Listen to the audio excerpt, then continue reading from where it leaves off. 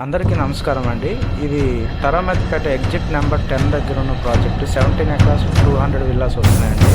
ఇవన్నీ కూడా triplex villas. మనకి వచ్చేసి 200 స్క్వేర్ యార్డ్ ప్లాట్లో మనకి 3000 ఎస్ఎఫ్టీతో ఉంటుందండి.